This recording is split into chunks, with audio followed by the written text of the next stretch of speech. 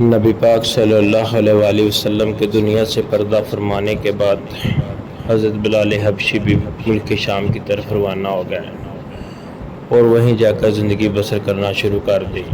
کچھ عرصے کے بعد خواب میں نبی پاک صلی اللہ علیہ وآلہ وسلم کی زیارت نصیب ہوئی تو آقا علیہ الصلوۃ والسلام نے حضرت بلال سے فرمایا کہ اے بلال، ہم سے ملنا ہی چھوڑ دیا۔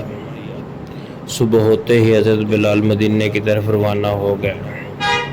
کئی دن کی مسافت کے بعد جب آپ مدینہ منورہ پہنچے تو آپ نے مسجد نبوی میں حاضری دی۔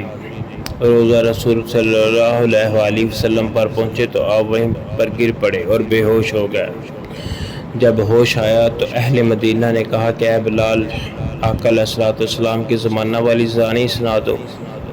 تو حضرت بلال نے انکار کر دیا اور کہا اب مجھ سے برداشت نہیں ہوتا۔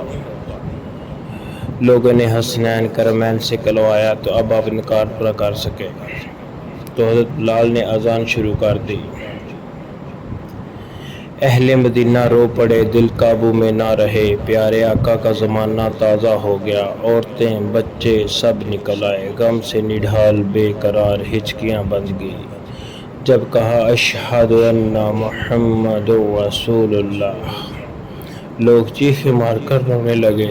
حضرت بلال کی نظر ممبر رسول پر پڑی تو ممبر خالی تھا تو حضرت بلال بھی برداشت نہ کر سکے، آپ بھی گر پڑے اور بے ہوش ہو گئے۔